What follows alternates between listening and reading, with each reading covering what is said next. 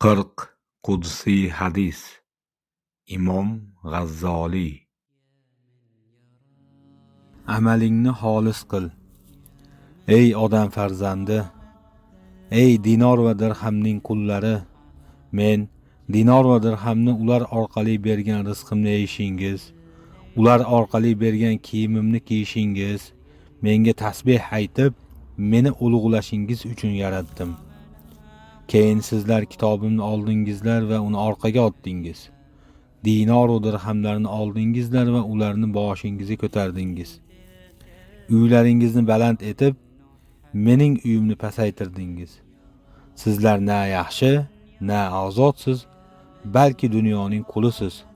Sizlarga o'xshaganlarning jamlanishi bamisoli tashi suvab qo'yilgan qabrlarga o'xshaydi. Bu qabrlar tashqarisidan chiroyli ko'rinsa-da, ichi xunukdir. Sizlar ham shirin tillaringiz, chiroyli fe'llaringiz bilan odamlarga yaxshi bo'lib ko'rinasizlar-u, aslida tosh qalblaringiz va rasvo ahvolingiz bilan ulardan uzoqlashasiz.